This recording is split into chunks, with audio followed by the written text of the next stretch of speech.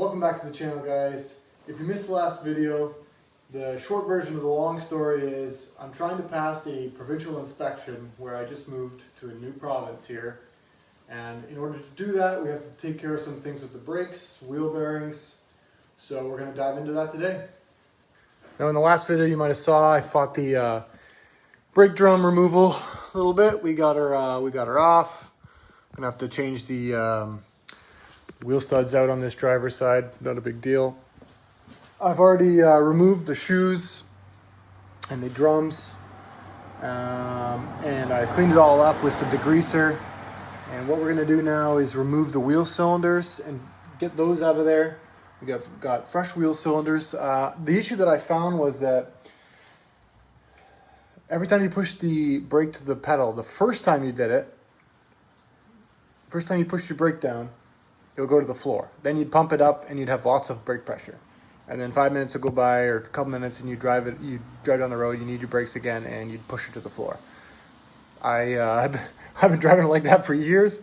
I don't know. But I've never driven too many other flat fenders, so whatever. I just thought it was a non-power boosted brake system. That's just how it was, but apparently it's not. So I was trying to fix that. I tried bleeding the brakes like crazy. Nothing happened. And when I pulled the drum off, I was kind of inspecting, and I found some just a light weep of brake fluid off of that wheel cylinder. So I'm hoping changing that out will solve that problem, so we can keep pressure in the lines.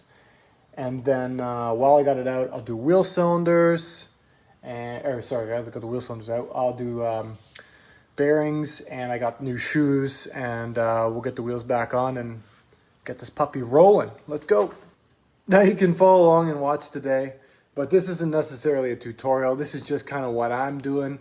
I'm watching YouTube videos just like you guys to learn about what I'm doing on these things too. You know, everyone's learning along the process. So we're just having fun, trying to get this thing on the road so we can hit the rocks and go and explore. Now I've already gone ahead and removed the shoes, the spring, the cam pins. I degreased them all, cleaned them all up, getting them just ready, not much to it. You've got 3/4 inch bolts down below. I made a special wrench for that. Basically just bent this unit up and then grinded this down so the thickness you can get in behind there. Now today I ordered my parts from Ron Fitzpatrick Jeep Parts. I've never ordered from them before, and they seem like really good quality parts. Being Canadian, you get absolutely hammered by the tariffs and taxes and the US dollar, but that's all part of it, I suppose. These parts look great. This is from Joe's Motor Pool. We're gonna remove this wheel cylinder, pop a new one on, and get to it. These line wrenches, or flare wrenches, are, they're great for not rounding your parts off, but sometimes I get a little impatient and they're slow. I like my ratcheting wrenches.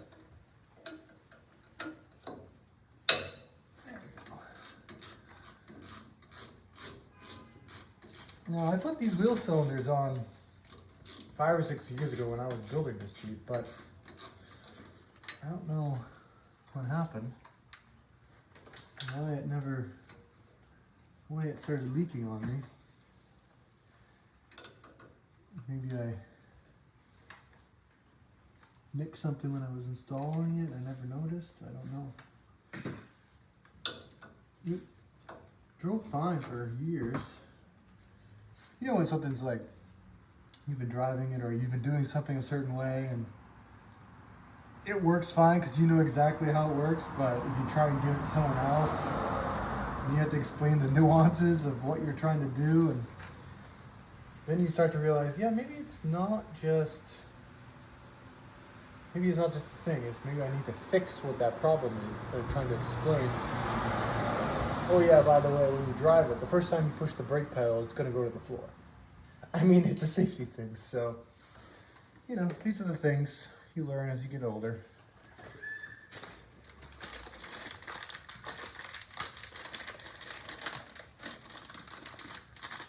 Now, the front wheel cylinders on these are 1 inch and the rears are 3/4, but they're interchangeable side to side, so they say. And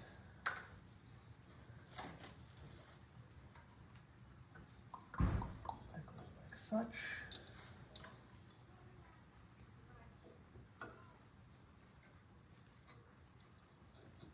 I'm going to start the back of the brake line first before tightening it down, just to get the angles lined up.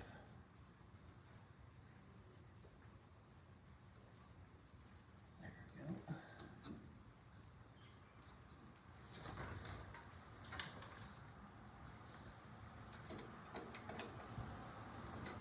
You know, things like these inspections are a bit of a nuisance sometimes, but at the same time, it kind of forces you to reevaluate. You know, I was looking at doing a super low transfer case and a roll bar and some other fun things. Front locker. I already have a rear locker in this. But this kind of forces you to get back to the nitty gritty of it when you're just, when you got kids and time becomes more of a constraint. Wanting to do maintenance is not as fun as doing fun stuff like lockers and such. So it's kind of forced me to get back to some overdue maintenance on this thing. Tie rods, you know, just service some components and whatnot.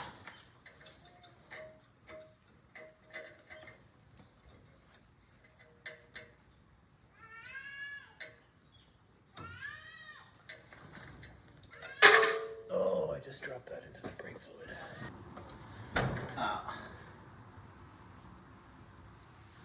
Now, probably don't have to put anti-seize on this, but I am from the Rust Belt, where everything locks together and Loctite kind of just forms on its own via rust.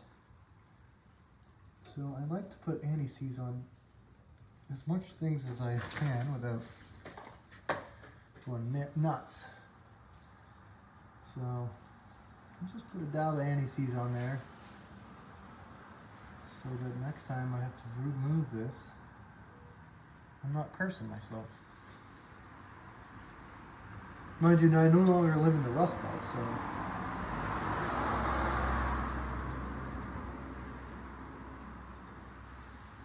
maybe I don't need to.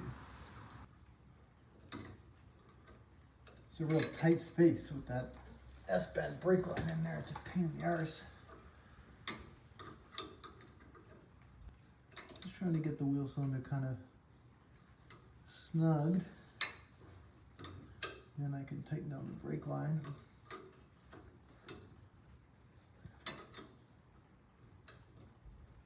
And that is pretty loose and it's already starting to get a little tight. Mildly concerning.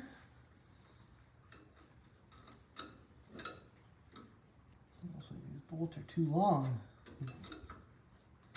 I feel like they're bottoming out already. You can see there's some play in that wheel cylinder already. So it'd be nice if I didn't have to trim these bolts, but let's just see. Nuts. Yeah, look at that. I don't know why that's got so much play in it. Let's open up the other one and have a look. So I'm going to pull one of those nuts back out because they tighten right up and the wheel cylinder is still very, very loose. And my suspicion is that these bolts are too long. Compare them to the other ones. Oh yeah. I don't know if you can see that. They are 2 threads too long. So probably have to trim that down. It's a little bit annoying. It's just one of those things that just eats your time up when you're trying to get stuff done. I mean, I could use the old bolts, I suppose, but kind of crusty. So that's a little bit annoying. We'll this out. Try again. Screw it, I'm gonna use the old nuts. So it's important to make sure that these slots are vertical, not horizontal. So your brake shoe is gonna slide into that. I think what we'll do is just clean this up a little bit more. Hit it with some brake clean. I did degrease this, but like I degreased it and give it a wash, but let's just make sure there's nothing else that's gonna cause us any issues. The brake shoes I pulled off of this were just fine. But because that wheel cylinder was leaking, these are probably pretty impregnated with brake fluid, so for what it costs and while I have it off, it's just good insurance to change these out while we're at it. And I don't know if those new shoes came with new springs or not. Let's go have a look. Okay, so the new shoes did not come with a new spring or brass, copper, whatever it is, cam washers. Not a big to-do, hopefully.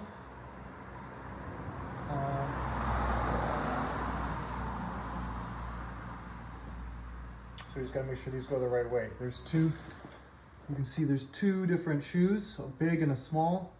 Big one goes to the front, small one goes to the back. It's good to get these hooked up first,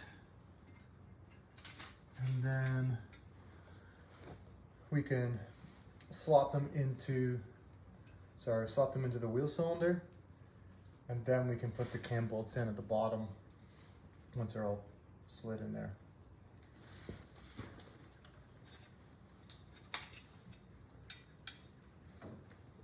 Slot that in the cam, and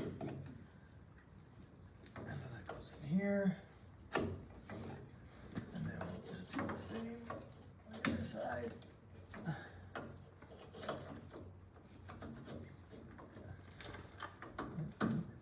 Dick that up. There we go. Like such.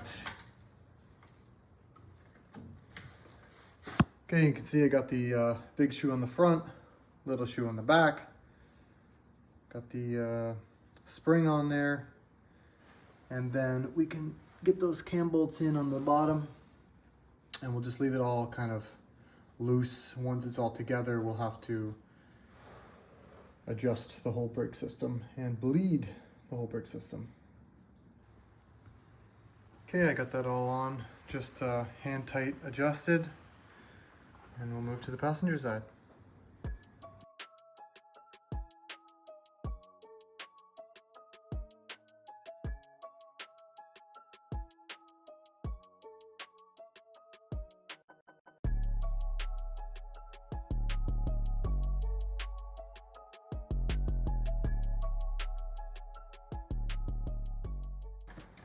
Yeah, these bolts are too long as well, so we're just gonna reuse the old ones.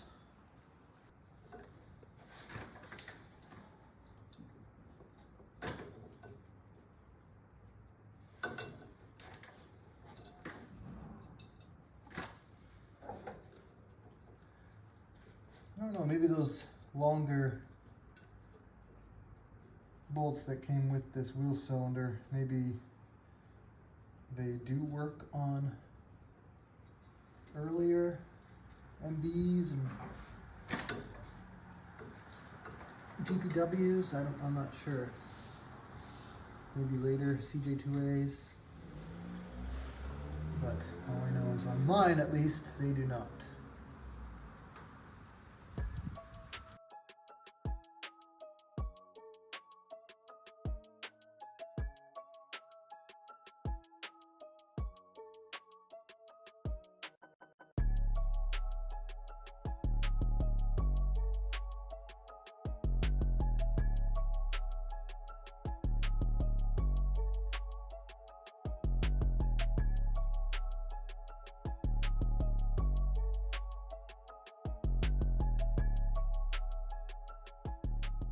Okay, there you have it. The new shoes, new wheel cylinder installed.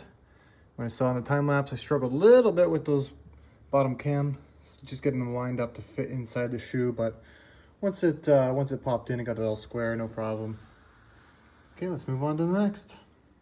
Okay, you can have a look on the rear here. You can see those rear, at least the left side here, was not aligned properly. We're gonna fix that.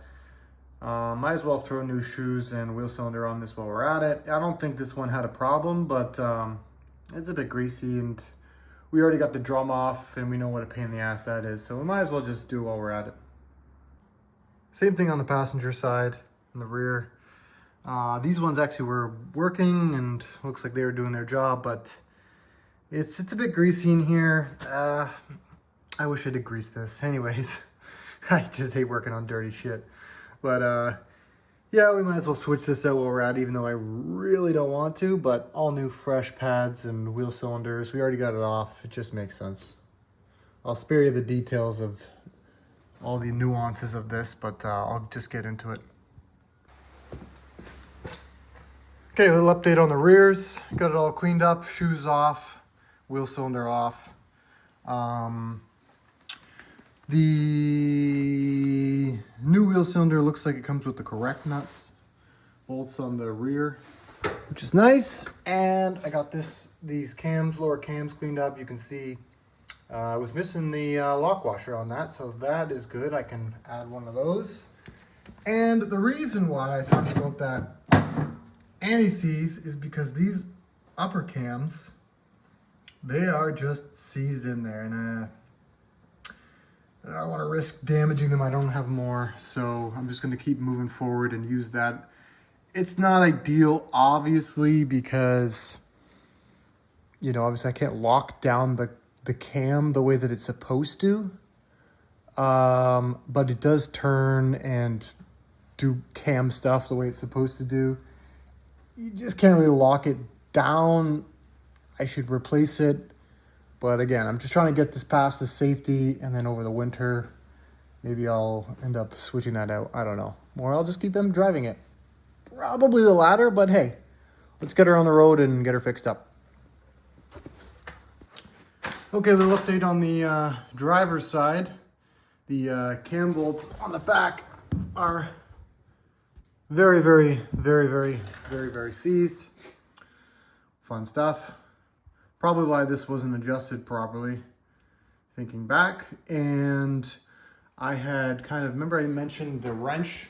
Well, I tried to bend up and a little bit more, and that went exactly how you'd expect it. And then I tried a second one, and that went exactly how you'd expect it out of Chinese wrenches. So that's going to be it for today. I'm going to run to the store and get a proper wrench, so I don't want to keep screwing up my 3/4. How many 3/4 do you have? I don't want to wreck them all. So I am going to get that new wrench and deal with this perhaps a little bit more tomorrow, and that's what we'll pick up.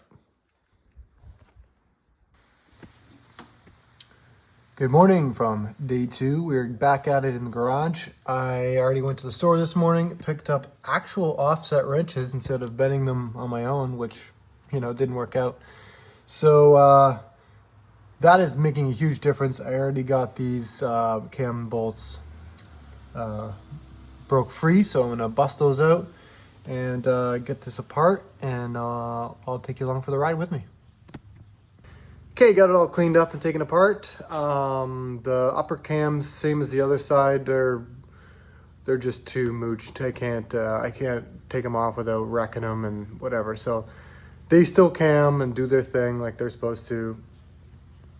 And then I cleaned up the threads on the lower cams, so they're gonna be just fine. And I'm gonna throw some anti-seize on them, and we'll get back into it.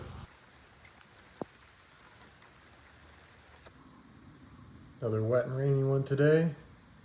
Just finishing up the last one here. All clean and tidy. And hopefully get the mechanic over here. In the meantime, while I'm waiting, I'll start doing the wheel bearings and some studs. And hopefully next week, when it's beautiful and sunny out, we can start driving this unit again.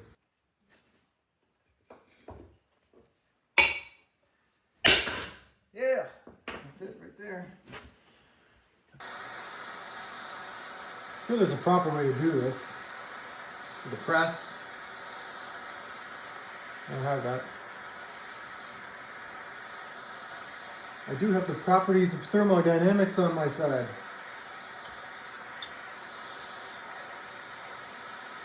Heat this one up. Push it out with a hammer or a aggressive press, as one might say. And I got the other studs in the freezer. I've had them on the freezer all night long. So they're just a touch on the small side, and they should, the first two went in there no problem. Should just push yourself right in. It's working pretty well. Okay, well the drum was still warm. I just popped the other stud out of the freezer. Just hammer that in, went in no problem at all. Let's keep going. Just gonna turn these drums down on the lathe here real quick.